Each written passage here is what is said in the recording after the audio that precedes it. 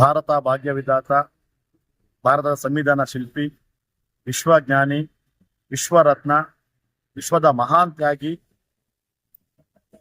ಅವಿವೇಕಿ ಮತ್ತು ಪ್ರಜಾಪ್ರಭುತ್ವದಲ್ಲಿ ಇರೋದಕ್ಕೆ ನಾಲಾಯಕ ಆದಂತ ಈ ದೇಶದ ಗೃಹ ಮಂತ್ರಿ ಸ್ಥಾನವನ್ನ ಅಲಂಕಾರ ಮಾಡಿರುವಂತ ಅಮಿತ್ ಶಾ ಅವರು ನನ್ನ ಕೊಟ್ಟಿರೋ ಹೇಳಿಕೆಯನ್ನ ನಾನು ಸಾರಾಸಗಟಾಗಿ ಈ ನೆಲದ ಬಹುಜನರ ಪರವಾಗಿ, ಈ ನೆಲದ ನಾಗರಿಕರ ಪರವಾಗಿ, ಈ ದೇಶದ ಐಕ್ಯತೆ ಪರವಾಗಿ ಖಂಡಿಸ್ತೇನೆ.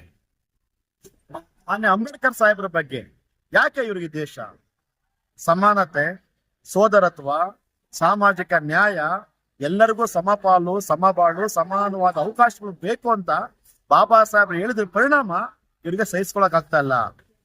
ಯಾರು ಈ ದೇಶಕ್ಕೆ ವಲಸೆ ಬಂದ್ರೋ ಅವರು ಇವತ್ತು ಬಾಬಾ ಸಾಹೇಬ್ರನ್ನ ಈ ರೀತಿ ಅಣುಕು ಮಾಡ್ತಾ ಇರುವಂತದ್ದು, ಅವರನ್ನ ಖಂಡಿಸ್ತಾ ಇರುವಂತದ್ದು. ಬಾಬಾ ಸಾಹೇಬ್ರು ಯಾರು ಅಂತ ಇಡೀ ಪ್ರಪಂಚಕ್ಕೆ ಗೊತ್ತಿದೆ. ಇಡೀ ಪ್ರಪಂಚ ಅವರನ್ನ ವಿಶ್ವಜ್ಞಾನಿ ಅಂತ ಕರೆದು ಸನ್ಮಾನಿಸ್ತಾ ಇದ್ರೆ ಭಾರತೀಯರೆಲ್ಲ ಹೆಮ್ಮೆ ಪಡ್ಬೇಕಾದ ವಿಚಾರ.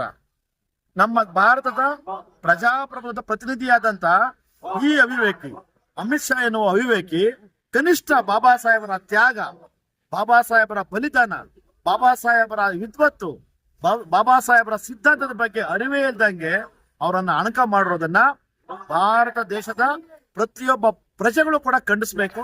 ಯಾಕಂದ್ರೆ ಭಾರತ ದೇಶಕ್ಕಾಗಿ, ಭಾರತ ಮಾತೆಯ ಐಕ್ಯತೆಗಾಗಿ, ಅಖಂಡ ಭಾರತಕ್ಕಾಗಿ, ಭವಿಷ್ಯದ ಭಾರತಕ್ಕಾಗಿ, ನಮ್ಮೆಲ್ಲರ ಮಕ್ಕಳ ಭವಿಷ್ಯಕ್ಕಾಗಿ ಬಾಬಾ ಸಾಹೇಬರ ತ್ಯಾಗ ಇದೆ. ಅದನ್ನ ಮರೆಯೋದಾದ್ರೆ ನಮ್ಮನ್ನ ನಾಗರಿಕ ಅಂತ ಕಳ್ಕೊಳ್ಳಕ್ಕೆ ನಾಲಾಯಕು ಅಂತ ಒಂದು ಕೆಲಸವನ್ನ ಮಾಡಿರೋ ಅಮಿತ್ ಶಾವನ್ನ ನಾವೆಲ್ಲ ಖಂಡಿಸ್ಬೇಕಾಗಿದೆ. ಮತ್ತು ಯಾರು ಭಾರತ ದೇಶಕ್ಕೆ ವಲಸೆ ಬಂದ್ರು, ಹೊಟ್ಟೆಪಾಡಿಗಾಗಿ ಮಧ್ಯ ದೇಶದಿಂದ ಬಂದಂತವ್ರನ್ನ ವಾಪಸ್ ಭಾರತ ಬಿಟ್ಟು ತೊಲಗಿ ಎನ್ನುವಂತ ಒಂದು ಹೋರಾಟವನ್ನ ಪ್ರಾರಂಭ ಮಾಡ್ಬೇಕಾಗುತ್ತೆ ಅನ್ನುವ ಎಚ್ಚರಿಕೆಯನ್ನ ತಮ್ಮ ವಾಹಿನಿ ಮುಖಾಂತರ ಕೊಡೋಕೆ.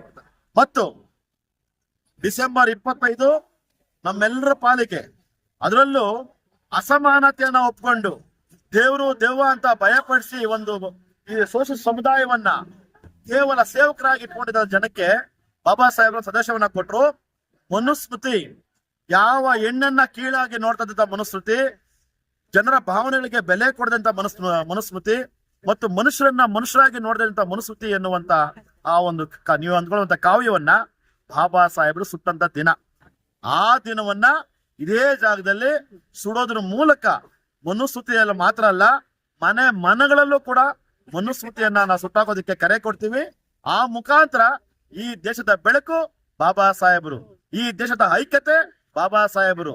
ಬಾಬಾ ಸಾಹೇಬ್ರಂದ್ರೆ ಶಕ್ತಿ, ಬಾಬಾ ಸಾಹೇಬ್ರಂದ್ರೆ ಸಮಾನತೆ, ಬಾಬಾ ಸಾಹೇಬ್ರಂದ್ರೆ ಸಾಮಾಜಿಕ ನ್ಯಾಯ, ಬಾಬಾ ಸಾಹೇಬ್ರಂದ್ರೆ ಸರ್ವರನ್ನೂ ರಕ್ಷಣೆ ಮಾಡುವಂತ ಕಾನೂನಿನ ಪಂಡಿತ ಅಂತೇಳಿ ಈ ಜಗತ್ತಿಗೆ ಸಾರಿ ಸಾರಿ ಹೇಳುವಂತ ಸಮಯ ಬಂದಿದೆ. ಎಲ್ಲರೂ ಕೂಡ ಒಗ್ಗೂಡೋದ್ರ ಮುಖಾಂತರ ನಿಜವಾದ ಭಾರತಾಂಬೆಯ ಮಕ್ಕಳು ಈ ನಕಲಿ ಭಾರತ ಮಾತಕ್ಕೆ ಜೈ ಅನ್ನೋರನ್ನ ಈ ದೇಶ ಬಿಟ್ಟು ತೊಲಗಿ ಅಂತೇಳಿ ನಾವು ಹೋರಾಟವನ್ನ ಪ್ರಾರಂಭ ಮಾಡ್ಬೇಕಾಗುತ್ತೆ.